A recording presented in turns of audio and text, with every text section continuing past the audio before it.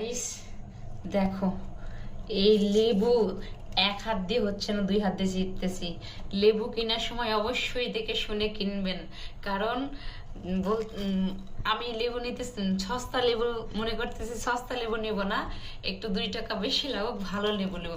এটাই সে ভালো ভালো লেবু, এটাই সেই গুণ। এই লেবুটা চিপতে চিপতে আমার মনে হচ্ছে যে আমি কোনো কিছু, আমি কার কি চিপতেছি। এই লেবু চিপতে চিপতে আমার জীবনটাই শেষ। এটা চিপার থেকে ওই গবেষণা অনেক ভালো। গাইস, যারা লেবু কিনবেন অবশ্যই দেখে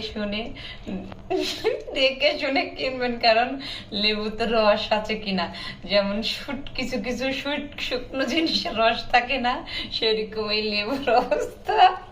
এতগুলো লেবু, এতগুলো ফেলছি আর এই যে আছে, এই এত